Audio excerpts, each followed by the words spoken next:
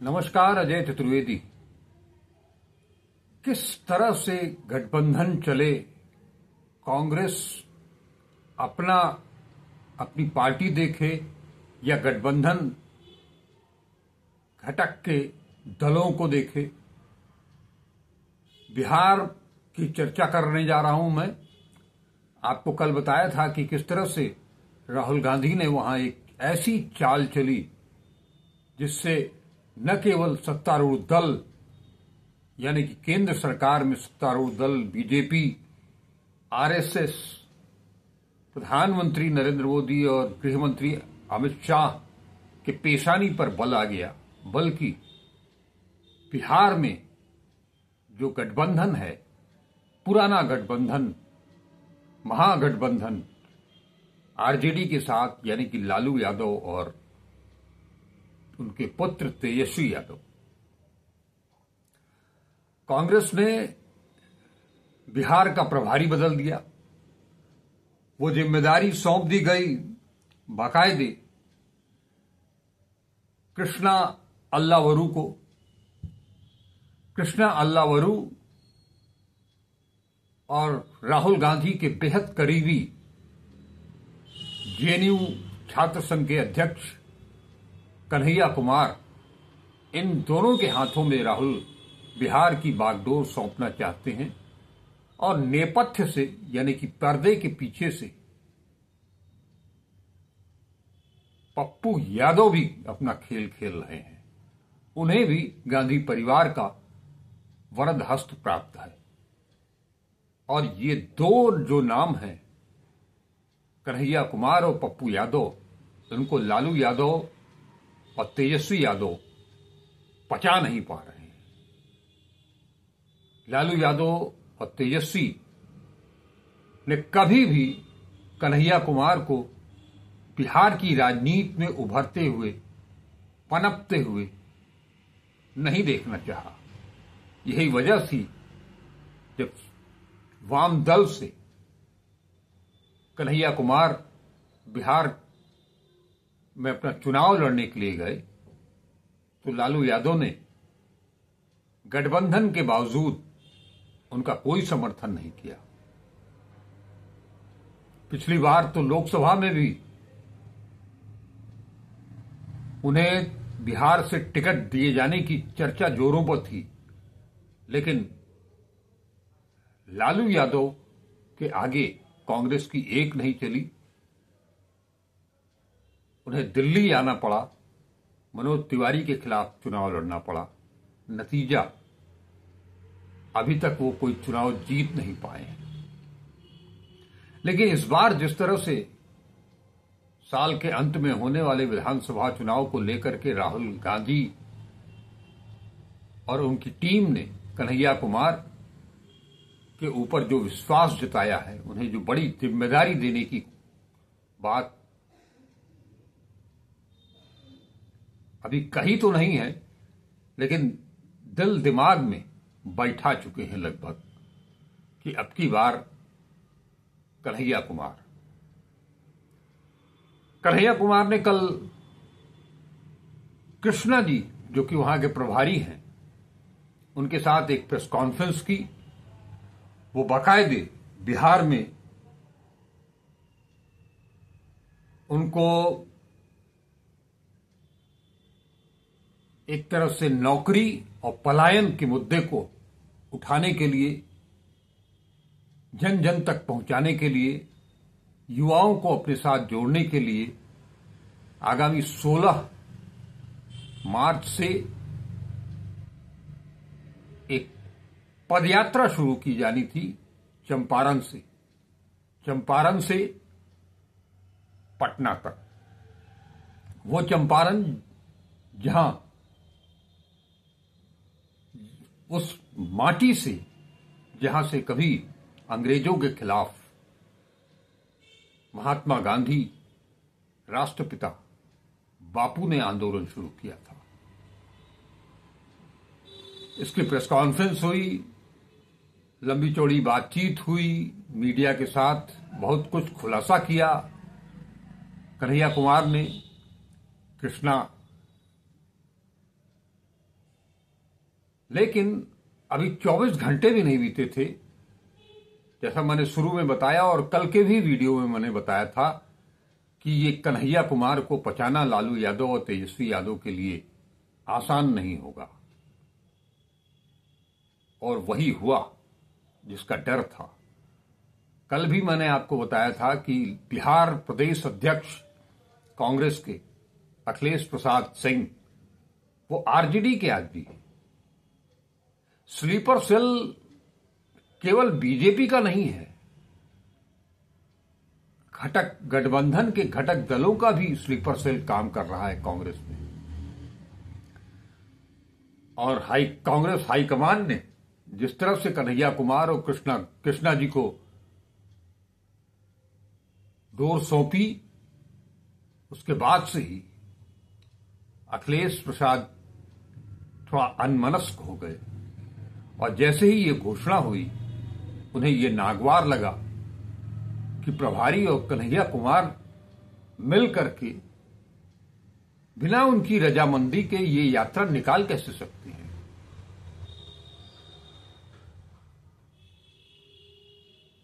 ये उन्होंने इस पर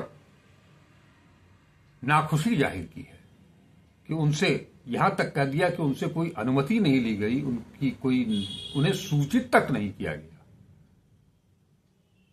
और आपको ये भी बता दें कि बिहार को लेकर के कल यानी कि 12 मार्च को एक बड़ी बैठक दिल्ली में होने वाली थी बिहार के कांग्रेसियों को लेकर के। ठीक वैसे ही जैसे कि गुजरात में राहुल गांधी ने पहुंच करके गुजरात कांग्रेस की वरिष्ठ नेताओं, जिला महानगर अध्यक्षों, ब्लॉक अध्यक्षों के साथ बातचीत की थी, फीडबैक लिया था और उन्हें जीत का मंत्र दिया था। लगभग कुछ उस तरह की तैयारी बिहार में भी चल रही थी। और जैसे कि गुजरात में जाकर के राहुल गांधी ने ऐलान किया था कि बीजेपी के लोग जो कांग्रेस में बैठ करके बीजेपी के लिए काम कर रहे हैं, उन सबको बाहर का रास्ता दिखाना पड़ेगा।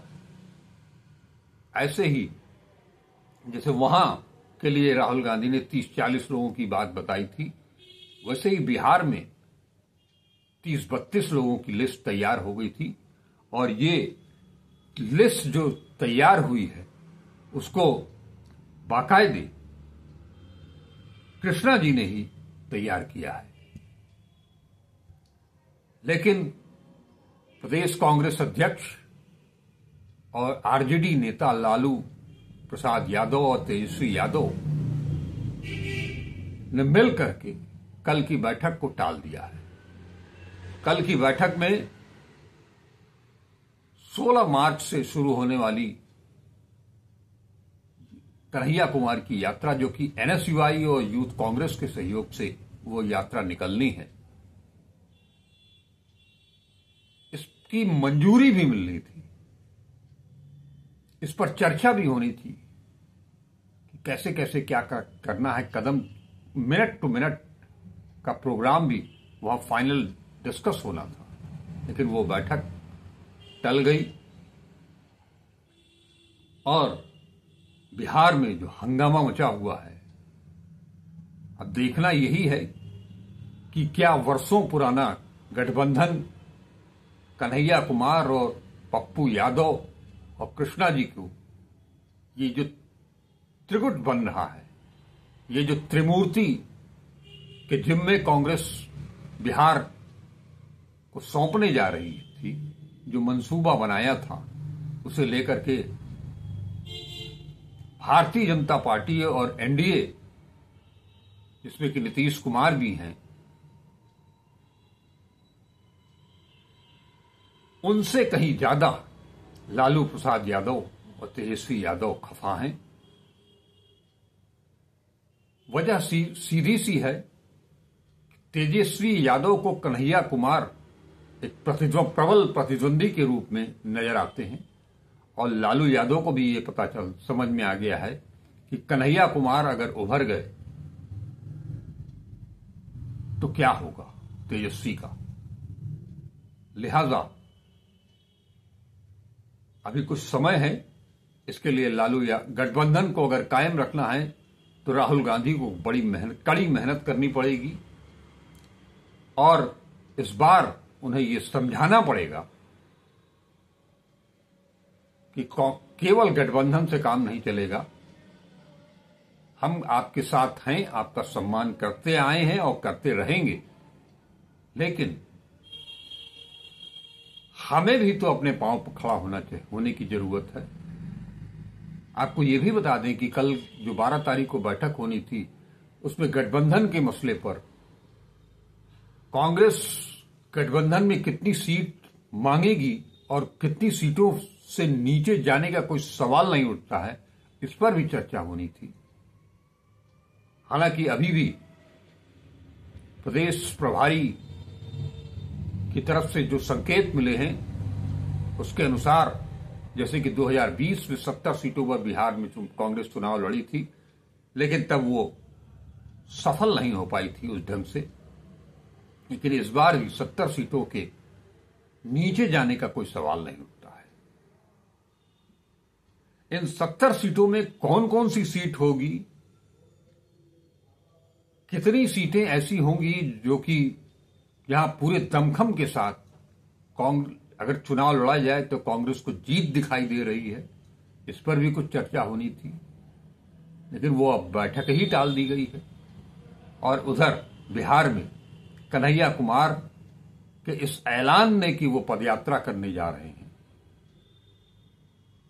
आरजेडी को हिला दिया, बीजेपी के सूरमाओं को हिला दिया, नीतीश कुमार भी बगली झांक रहे हैं। क्या ये गठबंधन कायम रह पाएगा? सवाल सबसे बड़ा ये है, क्योंकि बिहार में पिछले 30-32 सालों से कांग्रेस नहीं है सत्ता में, और बिहार की मौजूदा राजनीति में दो बड़े चेहरे हैं, नीतीश कुमार और लालू यादव। इनके बिना अभी तक यही माना जाता रहा है, राजनीतिक पंडितों, राजनीतिक विश्लेषकों ने जब भी कोई चर्चा की है तो यही मान करके की है, नीतीश के बगैर बीजेपी और लालू के बगैर कांग्रेस वहां खड़ी नहीं हो सकती। और इसी चीज को राहुल गांधी, मल्लिकार्जुन खड़गे और प्रियंका गांधी, ये तीनों लोग ऊपर से ये स्थापित करना चाहते हैं कि कांग्रेस अपनी खोई जमीन को वापस पाने के लिए कुछ भी करने को तैयार है। और उधर पप्पू यादव अपना काम शुरू कर चुके हैं। कन्हैया कुमार ने ऐलान कर दिया है। ऐसा तो नहीं है कि कन्हैया कुमार बिना राहुल गांधी, प्रियंका गांधी और मल्लिकार्जुन खड़गे की मंजूरी के बगैर ही बिहार में यात्रा निकालने जा रहे थे। और ऐसे में अगर अखिलेश प्रसाद सिंह को ये नागवार गुजरा है तो सवाल ये भी पैदा होता है, जो मैंने बहुत पहले आप लोगों से कहा था, कि क्या अखिलेश प्रसाद सिंह से अध्यक्षी छीनी जाएगी तो अगला अध्यक्ष कौन होगा? बात थोड़ी गंभीर है, लेकिन इसका भी खाका बुनना शुरू हो चुका है। चर्चाएं शुरू हो चुकी हैं कांग्रेस पार्टी के अंदर, और बहुत जल्द इस पर फैसला होगा। अध्यक्ष, नेतृत्व तो बदलेगा, बिना उसके बदले अगर बिहार में भी कुछ नया करना है तो नेतृत्व बदलना होगा, स्लीपर सेल को खदेड़ना होगा, तभी जाकर के कांग्रेस मजबूती के साथ चुनाव लड़ पाएगी। और बिहार की जनता, खास तौर पर युवा,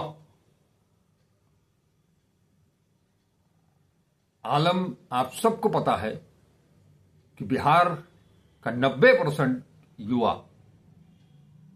पढ़ाई के लिए, रोजगार के लिए उसे बिहार छोड़ना पड़ता है, अपना घर भी छोड़ना पड़ता है, अपना परिवार छोड़ना पड़ता है, अपना गांव छोड़ना पड़ता है। और यही नहीं, दवाई के लिए भी यही हाल है। एम्स हैं वहां, लेकिन लोग इलाज के लिए या तो दिल्ली आते हैं एम्स, या फिर बनारस आते हैं बीएचयू। तो पढ़ाई हो, दवाई हो या नौकरी हो, पलायन हो, इन सब के मुद्दे पर एक साथ जो हमला बोला कल कन्हैया कुमार ने, उसी का ये परिणाम था कि इतनी जोर की का वो झटका लगा कि लोग तिलमिलाए हुए हैं।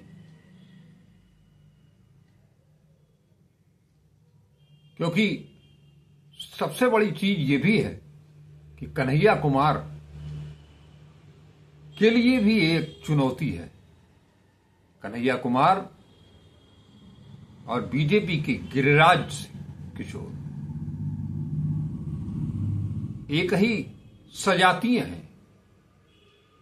गिरिराज जी के रहते हुए कन्हैया कुमार को उनके मुकाबले खड़ा कर देना और पूरी ताकत के साथ, अभी तो बिहार अध्यक्ष ने नाखुशी जाहिर की है, वहीं दिल्ली में राहुल गांधी के अगल बगल घूमने वाले, गणेश परिक्रमा करने वाले,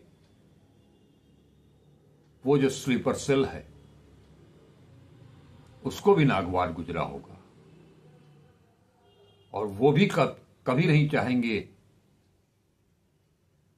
कि जो स्थिति है उससे बेहतर हो। इन्हीं सबको तो बाहर का रास्ता दिखाना है। लेकिन आखिर वो कौन सी, फिर मैं पूछना चाहूंगा कि आखिर वो कौन सी वजह है, कौन सी ताकत है कि राहुल गांधी को बार बार ये सारा किस्सा जानने के बावजूद भी इन्हें बाहर करने में इतनी हिचकिचाहट क्यों है? क्योंकि इसके बिना तो कोई काम बनने वाला नहीं है। जब तक आप कांग्रेस की वैचारिकी को एक एक कांग्रेसमैन के अंदर बैठा नहीं लेते हैं, तब तक हरियाणा, महाराष्ट्र, दिल्ली ऐसे ही चुनाव परिणाम आएंगे। वक्त अब आ चुका है, लोहा गर्म है, बस हथौड़ा चलाना है। ये हथौड़ा, इस बात का इंतजार हम सभी को है कि हथौड़ा कब चलता है, क्योंकि जब ये हथौड़ा चलेगा, जब वो सर्जिकल स्ट्राइक होगी, उसके बाद की भी स्थिति देख ली जाए, उससे क्या फर्क पड़ता है। इन्हीं सब के साथ आज मैं आपसे विदा लेता हूं। नमस्कार, अजय चतुर्वेदी।